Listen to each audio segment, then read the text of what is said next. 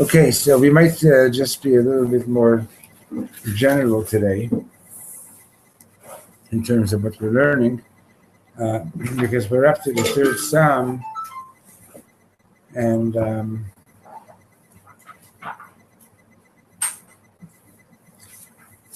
I don't know if how much we're going to get into the third Psalm today. We're doing Kabbalat Shabbat. We did the first two Mizmarim.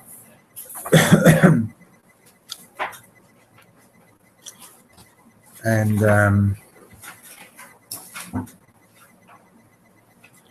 Rav Shlomo on page 102, he doesn't say, oh, you didn't go?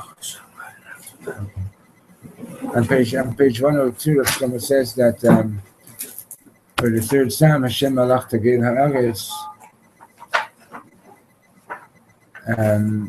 he really doesn't say much. He just says, Zehem Mizmor Shel Yom Shlishi, this is the Psalm for the third day.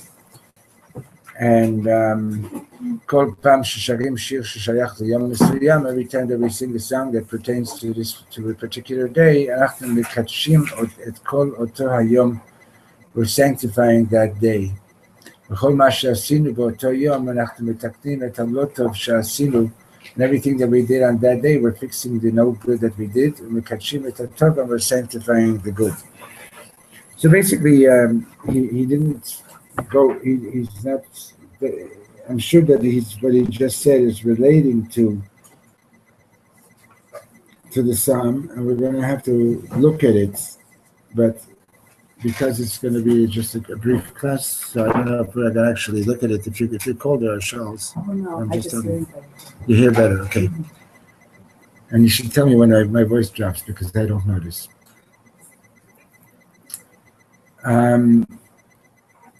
So the idea we learned last week, and in the previous week we learned about Birur Hanitzotzot. Remember the selecting of the holy sparks, right? And so now, what's happening here, from what Rav Shlomo just said, is that at Kabbalat Shabbat, were part of the process is. The process is to receive Shabbos, right?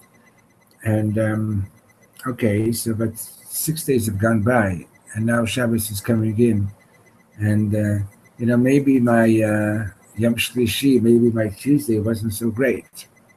Maybe I did some things that weren't so great. Maybe there's some things that I should have done that I didn't do. Forget the word maybe. Okay, and. So what do I do now? Like Shabbos is coming in, and I want to receive Shabbos, right? So the truth is that there's a whole thing about doing tshuva before Shabbos comes in. And one of the stories that Rav Shlomo was very fond of telling was, I think it was about the stories of Lublin, or else maybe of Melech and Lezhensk, that Friday afternoon, like somebody traveled to that town, and he managed to find an old lady who actually was alive at that time when the Rebbe, when I think it was the Chayze, but it might have been Rabbi Elimelech. And this old lady, when she was a young girl, she worked in the house of the Rabbi, and he asked her, "Tell me what it was like. Tell me about Shabbos. Tell me about Erev Shabbos." And she said that Erev Shabbos, like the Rebbe would come into the kitchen, and he would go and he'd beg for forgiveness from every person who was working there, that in case he didn't. Do you remember the story? And he would beg, like, in case he didn't give them enough respect during the week, if he ignored them, or whatever it might have been. And he would ask each person, please, if you have anything, please forgive me. And then she said the most special thing was when they'd see how he'd go to the Rebbitzin, and he would mamish be crying and beg her for forgiveness for anything that might have offended her during the week, or which probably was nothing, you know what I mean? But if you mamish like took it totally to heart, and he would like and she says everybody in the kitchen was like just like mamish Friday afternoon was just crying and full of love, and it was just beautiful. And the reality is, right? When do we get into the biggest fights? Friday afternoon, right? When you're still in the shower, get out of there, like hurry up. Did you do this? Did you do that? Did you do that? Right? Because the something, and the same thing is true before a wedding. We always tell the chos and kala, don't be surprised if the week before the wedding there's going to be these big fights between the families. So just tell everybody who's having a fight, I'm coming to the wedding. You want to fight, fight. I'm not getting dragged into this. Your side, my side. But you're my daughter. You should tell them this. You're my son. You should go and tell them this, and so on. And one night before a wedding here in the community, we got a call at 2:00 in the morning from down the Be'er Sheva. These people called me. They said, "Shlomo, you got to go over there. There's such a big fight going down between the parents and the bride." I said, I'm not going at 2:00 in the morning to break up a fight. You want to break up a fight, you go and do it. But anyway, but that's what the Sultan's job is, to try to ruin anything that's really special, anything special that's coming up, And the same thing with Shabbos, you can do all the great preparations, but if you go into Shabbos and there are people that you needed to that you may have hurt during the week, and if you don't apologize to them, if you don't make amends, if you don't fix it up, so it's not going to be it's not going to be possible to receive Shabbos in its fullest. So don't flip out if on Friday afternoon it gets a little bit hot. It's just a something, and realize that. So now so it's Friday. So it's already Shabbos is coming in. It's Kabbalat Shabbat, and we want to bring the 6 days of the week with us into Shabbos. Okay. So if you have a memory that can tell you, like if you remember what you did yesterday, Gewalt für Awesome. If you can remember what you did 2 days ago, even greater than that, But it's one of the ways of going into Kabbalat Shabbat is you think about, okay, the third Psalm relates to Tuesday, to Yom Shlishi. What happened on that day? What was I doing on that day? Is there anything I need to fix? And so on. Now, so how can you fix on Friday night? How can you fix something that you did on Tuesday, or that you didn't do? So if you remember, Michal, we learned a mimer from Dal Rebbe's in Hakzorim.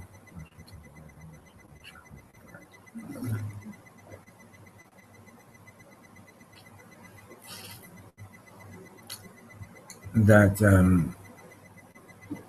the story about, was that the door? Might have been. It's wrong.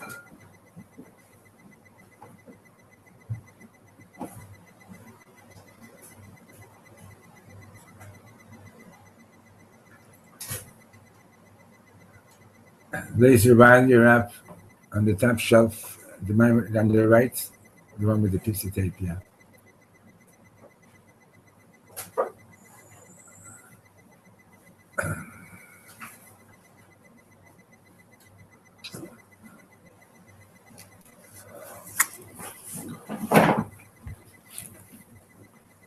Okay, so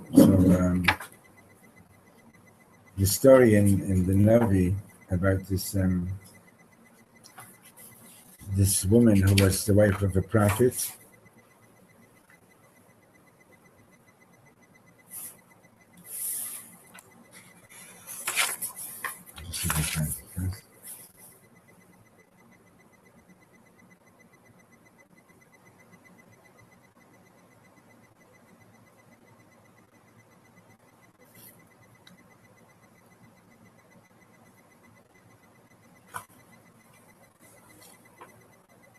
But the Ashes Hanovi, the wife of the prophet, comes to Elisha. Might be in the other volume, if you don't mind.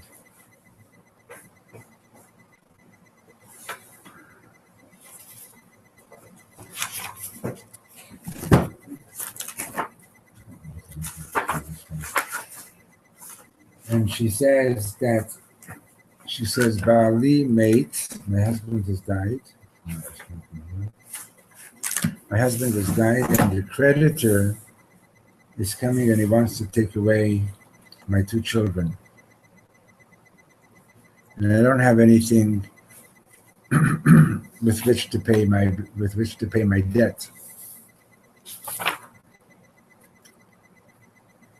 And Elisha says to her, what have you got at home? And she says, I have nothing other than just a little smear of oil. Remember the story? And he says to her, well, go ahead and borrow as many empty vessels as you can from your neighbors, bring them home, and shut the door and take that little drop of oil that you've got and start filling the vessels.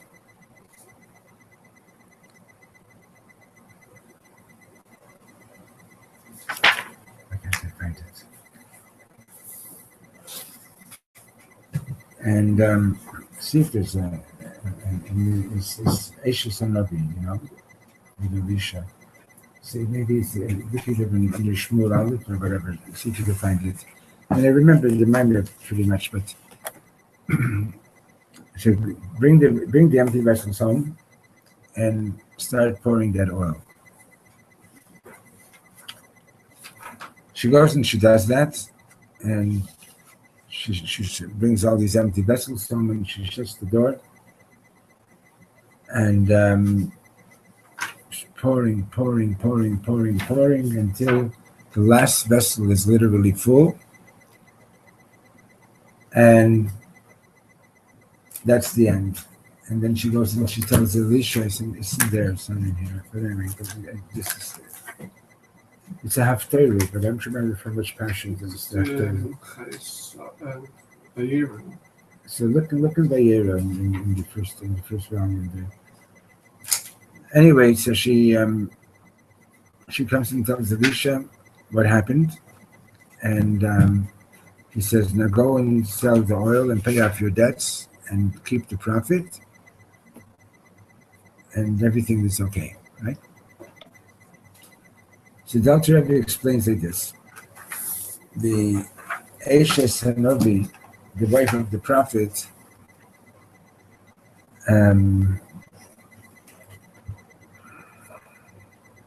just trying to remember more details. No, it's in here. And so she says that, so he explains that she is the soul. And the soul comes to God, Elisha. Elisha is Elisha. My God, listen to me. And she says, once upon a time when I was still in the Garden of Eden, in the supernal Garden of Eden, all I wanted was to be in union with you. And now that I've come down to this world, I've lost it. I've lost my connection. And the creditor, the Satan, wants to take my two children and enslave them. The two children being my Ahava and my Yirah, my love and my fear, which are the two primary motivators of all human behavior. Everything that you do is motivated either by Ahava, you want something, and by Yirah, it could be motivated by fear, and in all the base and and sophisticated aspects of that. But the truth is that you're either going to use your love and your fear for the things that you really consider to be valuable, or else, in other words, either you're going to take direction of your life, or you're going to become a slave to the love and the fear of the animal soul. And when a person loses their connection with Hashem, so you're still going to be driven by love and by fear, but it's going to be for all the hevel, for all the vanities of this world. Okay? And so she says that my love and fear are in danger of being enslaved. So Elisha, who's now, in other words, who's representing Hashem, Elisha, my God, listen to me, says to her, so what do you have left? Nothing? So she says, I have just all I have left is a smear of oil, or asuch shemen. Just have a little tiny bit of oil. Meaning to say, all I have left is a remembrance of what it was like. I have a vague memory of what it was like to really serve you.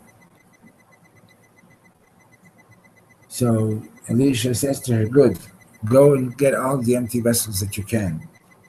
The empty vessels are the mitzvot that a person does without love and fear. Like, it happens sometimes, like, you just do the mitzvah, but your heart's not there and your mind is not there, right? It happens, right?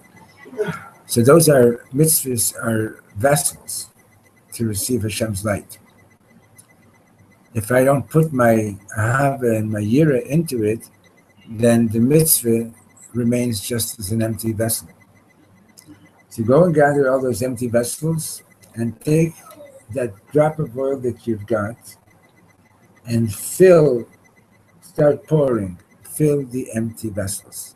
In other words, you're going to go and you're going to redeem and rescue all these empty vessels, that even though when you did it, it was empty, you're going to take the vessel and you're going to put your love and your fear that you remember, and you're going to put it into that now. And she goes and she does it. This is the top one. And she goes and she does it, and Mamish fills up all the empty vessels, and that's the end of the story. Okay. So, how does one do that, right? And basically, well, first, and that's part of the process of tshuva, right? Is that you realize that something happened that was lacking, right? And you want to go back and redeem it.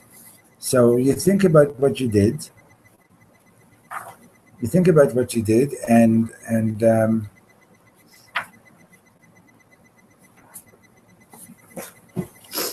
And you think about how, here it is, okay? And you think about what you did, and you say, well, I did it like this, but I really would have liked to do it like this. So the vessel is there. You did the mitzvah, but now you're trying to infuse the mitzvah with something that you didn't do at the time that you did it. Okay. Once Shlomo, more than once, he'd have a tough crowd, and he'd beg the people, sing, get up and dance. And the crowd would just sit there. And he'd say, so once he said, I know that when you're going to go home after the concert, you're going to say, why didn't I dance? why didn't I sing along? Right? You're going to regret it. You're going to say, I missed I had such an opportunity. So just get up and do it. Right? We talked about this when we were learning about the Chumrah, I don't know. And so, but when you come home, right, so to speak, after the concert, and you say, well, why didn't I do that? Why didn't I do that? So maybe it's difficult to achieve the same thing that you would have achieved had you done it at the time that you had the opportunity. But you still have a chance to redeem it, if not completely, for sure to a large extent. Okay, so when Shlomo says over here that go back, that each psalm is corresponding to each day, and what we want to do is we want to lift the things that we did. We want to raise the sparks of what we did on that particular day and repair whatever needs to be repaired. So if it's something that's between man and man, you can stand on your head in shul. It's not going to change anything until you actually go and speak with that person that you need to fix things up with. But between man and God, the mitzvahs that you did. So let's say you put on tefillin on Tuesday and maybe you didn't give much attention to while you were putting it on because it's become such a mechanical thing, or maybe you were learning some Torah, and while you were learning Torah, we weren't thinking about the fact that this is Hashem's Torah, and that as we're learning, we're speaking God's words, and that we have an opportunity to re-experience standing at Har Sinai as we're learning, and I just didn't bother to even try to do that. So just to think about, I remember what it's like to do that. I have a memory of what it was like in Gan Eden. I have a memory of what it's like to be really close to Hashem. So to connect the memory of that with the activity that was done without that consciousness is the way to do it. Okay? And that's basically, if you want to see this.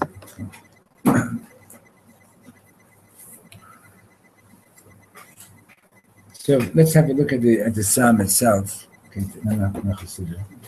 Before we continue, Yeah.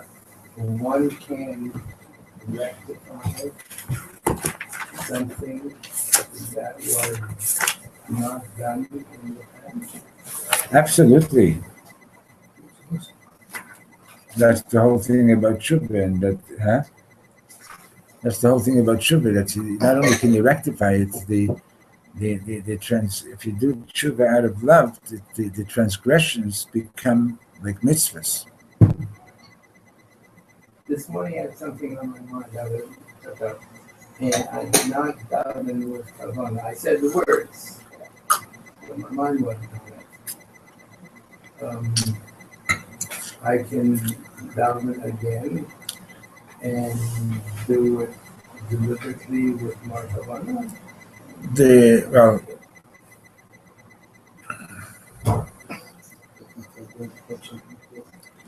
Right. The very fact that you're sitting down and you're thinking about, I wish I would have had more kavanah. Yes. Is adding kavanah to what you did without kavanah. Okay. Saying that I wish I would have done this with more kavanah, but we'll have to learn more about that. I agree. It's a good question. Okay, let's read the psalm. If anybody has your book, you have in English. Why don't you read the psalm in English? Yeah, louder. Okay. When the Lord will reveal his kingship, the earth will exult. The multitudes of islands will rejoice. Clouds and dense darkness will surround him. Justice and mercy will be the foundation of his throne. Fire will go before him and consume his foes all around. His lightnings will illuminate the world. The earth will see and tremble. The mountains will melt like wax before the Lord, before the Master of all the earth. The heavens will declare his justice, and all the nations will behold his glory. All who worship graven images, who take pride in idols, will be ashamed. All idol worshippers will prostrate themselves before him. Zion will hear and rejoice. The towns of Judah will exult because of your judgments, O Lord. For you, Lord, transcend all the earth. You are exceedingly exalted above all the supernal beings. You who love the Lord hate evil. He watches over the souls of his pious ones. He saves them from the hand of the wicked. Light is sown for the righteous, and joy for the upright in heart. Rejoice in the Lord, you righteous, and extol his holy name. Okay.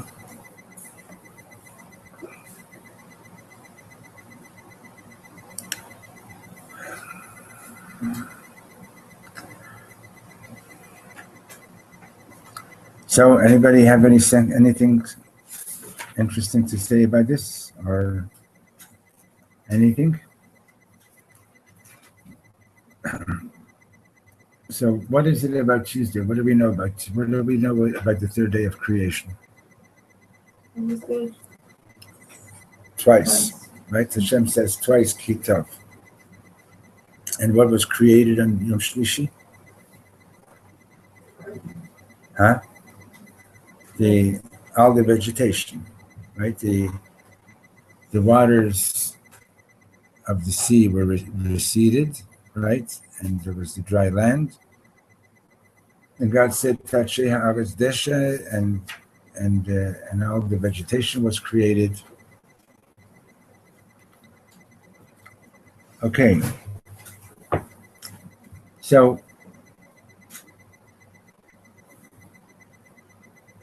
I think we mentioned it yesterday, right? That one of the three things that was taken away from us as a result of eating from the tree of knowledge, right, was the harmony between man and nature. Yeah, we spoke about that yesterday, and so there's a lot of talk over here in this psalm about nature, right? About the joy of the world. And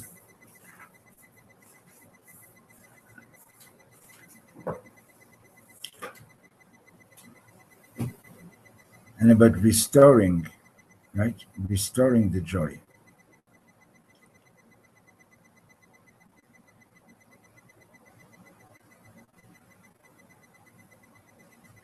So, what happened on Monday? What happened on Yom Sheni? We spoke about it yesterday. Was division, right? Okay. On Yom Sheni, God doesn't say Kitov, right? But it's twice. It's said twice on Yom Shlishi.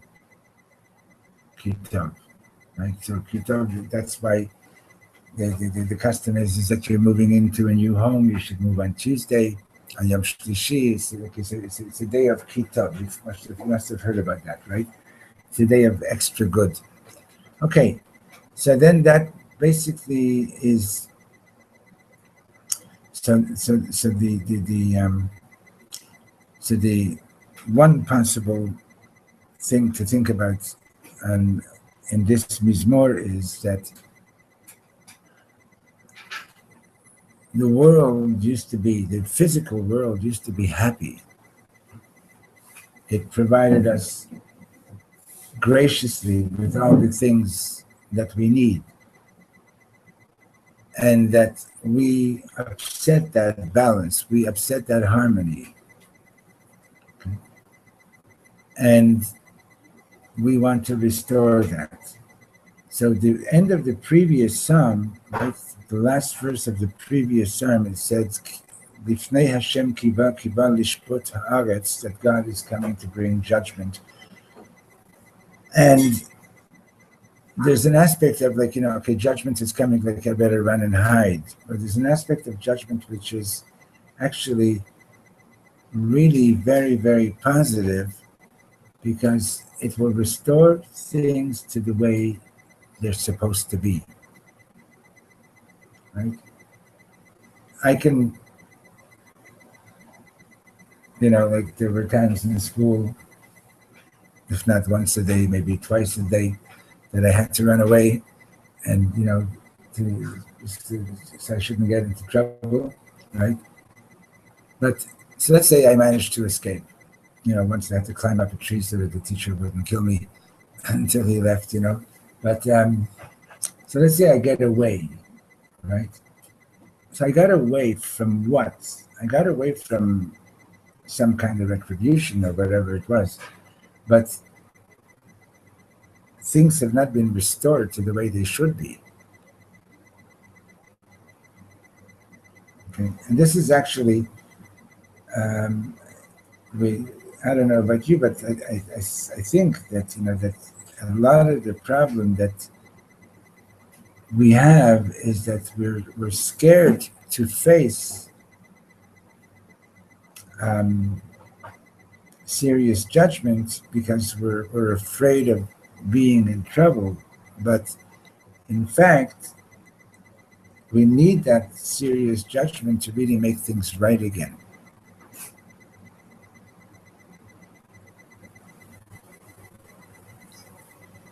You all disagree? That's why you're silent? No, these guys don't talk. You too? Do you hear what I'm saying? Is it making sense or is it not making sense? It's like, even if you take it in the physical sense, right? There are times that, okay, like I can get away from a certain ailment, right? I can keep it under control. But if I don't get down to the bottom of it, if all I'm doing is treating the symptom, it's going to come back. It's not health. Maybe it's not sick, but it's not healthy. Right? There's being sick, there's not being sick, and there's being healthy. There's war, there's not war, and there's peace. Right? Peace is far more than just not being at war. Right? So and we mentioned this, and we have to mention it again and again, that shalom, peace, comes from the word shalem, which means complete and whole. Right? So if we had a big fight, and now we said, okay, truce, we're not fighting anymore, that's not shalom. It's just that we're not fighting now. Okay? Shalom is that we restore the union so that we get back to the place where I realize that without you, I'm not complete. Without me, you're not complete. Now, this is not just that we're not fighting. It's that, oh wow, we really need to be. We really need to be. We really need to be together. Okay. So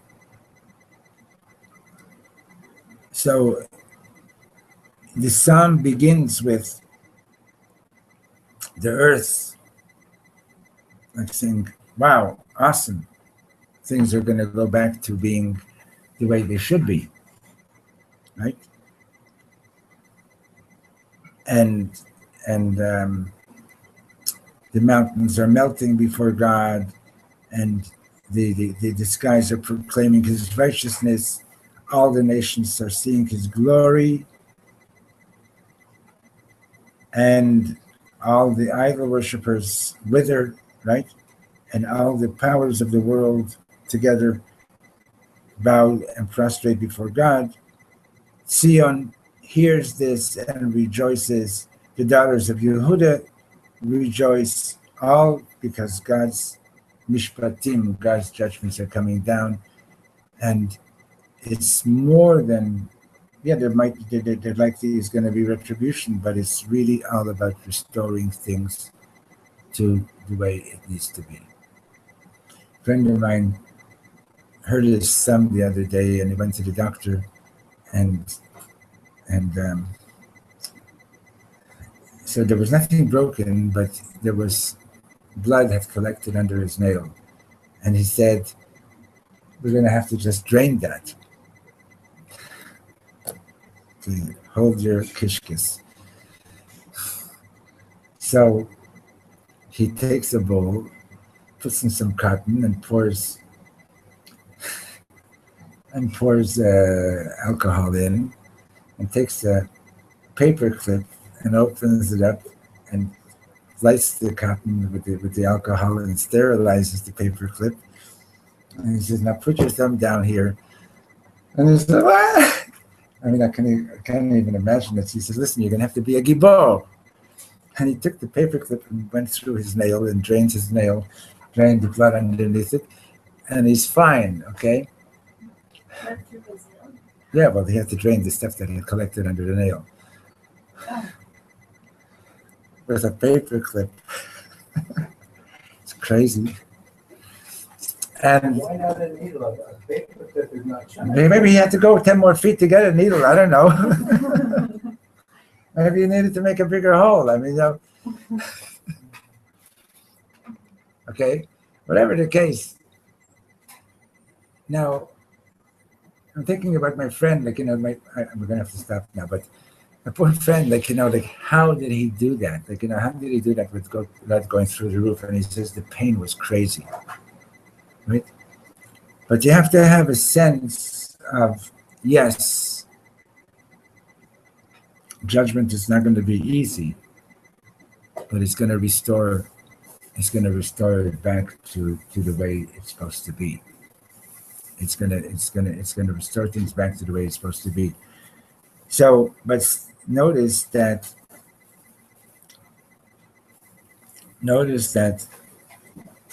it ends up with another sort of a warning. Those who love God hate evil, and God protects his righteous ones and saves them from the wicked, right?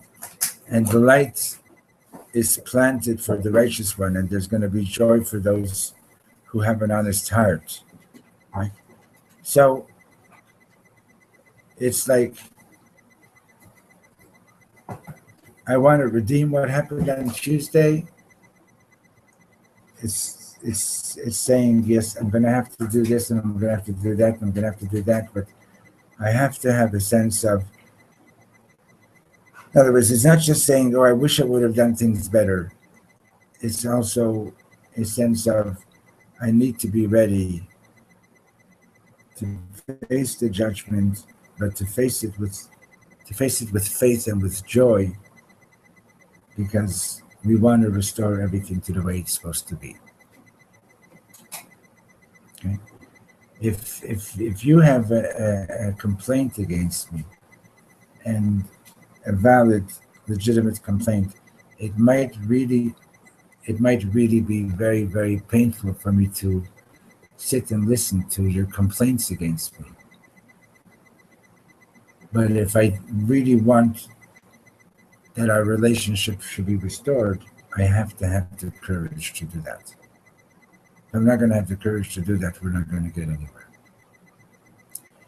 Okay, have a good Shabbos, everybody. We got to go. I hope that wherever you are, you're going to have to shoot us. Okay.